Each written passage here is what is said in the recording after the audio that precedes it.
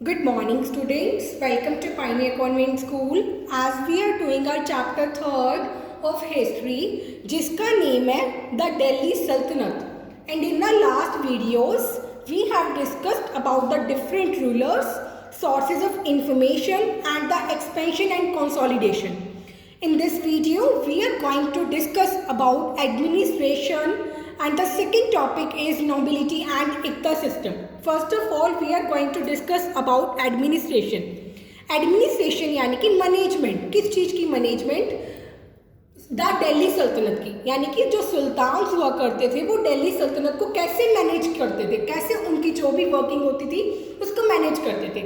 So to administer the vast territory under the सल्तनत.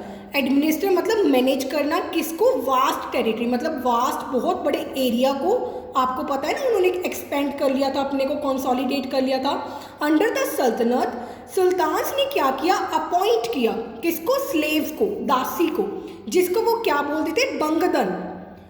The sultans appointed slaves known as बंगदन to high offices. और किसको appoint करके दिए स्लेव्स? हाई ऑफिसेस को.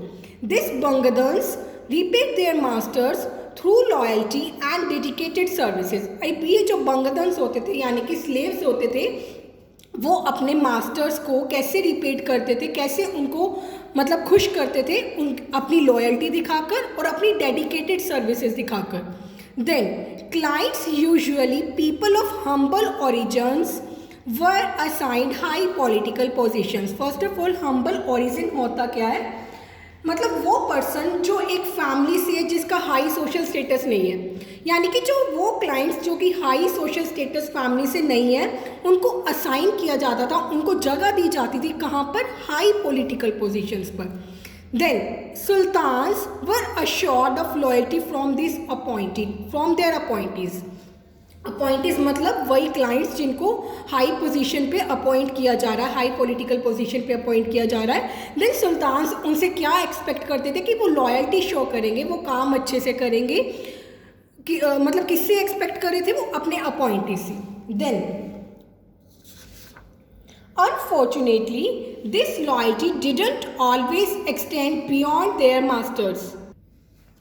यानी कि जो क्लाइंट्स की लॉयल्टी थी, जो कि सुल्तान एक्सपेक्ट कर रहे थे कि वो हाँ लॉयल्टी हमको शो करेंगे, लेकिन उन्होंने अपनी इतनी लॉयल्टी को शो नहीं किया जितना वो एक्सपेक्ट कर रहे थे, उनके मास्टर्स एक्सपेक्ट कर रहे थे. वो उसके बियॉन्ड गए ही नहीं. Then conflicts and political intrigues emerged with the accession of new rulers.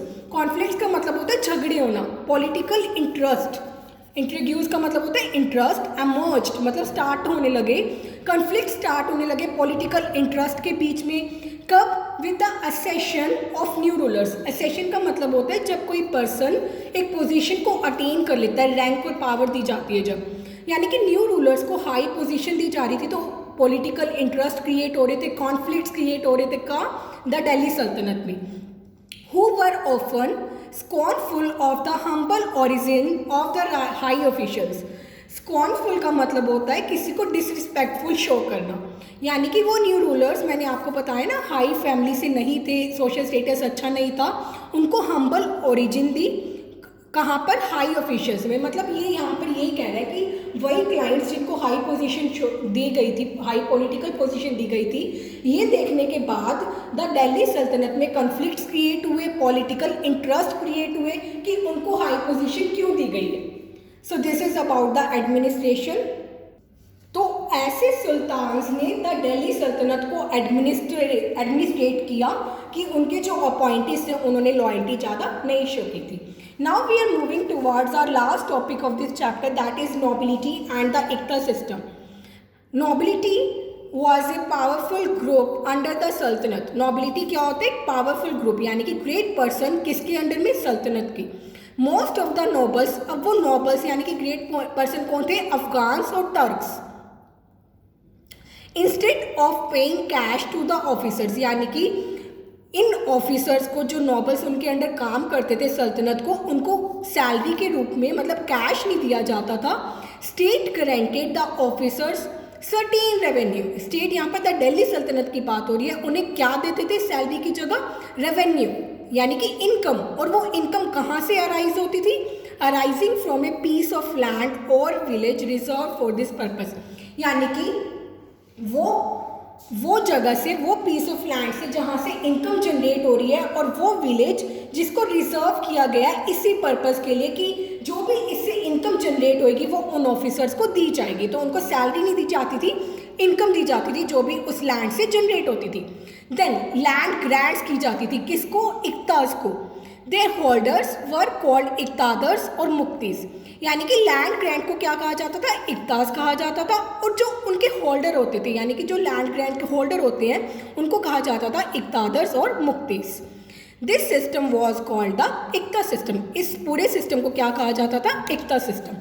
Under the system, out of revenue collected, इस सिस्टम में रेवेन्यू कलेक्ट किया जाता था, इनकम कलेक्ट की जाती थी। The muqti kept a certain amount of this as salary and a portion toward payment for the soldiers. मुक्ति कौन होते हैं? वही होल्डर्स। वो मुक्ति क्या करते थे? एक सर्टेन अमाउंट को अपने पास रखते थे, किस लिए? सैलरी के लिए, और पोर्शन के लिए, किसके लिए? ताकि वो सोल्जर्स को पेमेंट कर सके उस चीज़ की। देन द इक्तादर्स, फिर इक्तादर्स क्या करते थे? लेड मिलिट्री कैंपेन्स करते थे। Maintain law and order in the इक्ता, और उस पूरे इक्ता सिस्टम में मेंटेन किया जाता था क्या? Law and order. They also maintain revenue records, और वो क्या मेंटेन करते थे? जो भी उनकी इनकम जनरेट हो रही है लैंड से, उसको भी वो मेंटेन करते थे। Now, control over Iqtadars was easy as long as the land grant was not hereditary. Control इक्तादर्स का तब तक ईजी था जब तक लैंड ग्रांट हेरिडेटरी नहीं थी। हेरिडेटरी का मतलब होता है जब वो लैंड उसी जनरेशन के लोगों को दी जाती है, यानी कि तब तक ऐसा सिस्टम नहीं था, तब तक इक्तादर्स को ईजी था उस जगह पे कंट्रोल करना। Balban's, Alauddin and Sikandar Lodi were able to keep their nobles in proper command.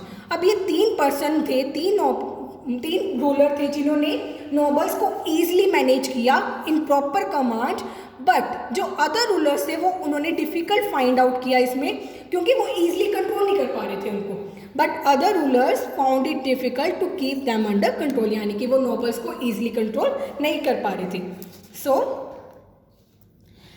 at last, large parts of the Indian subcontinent remained outside the control of Delhi Sultanate.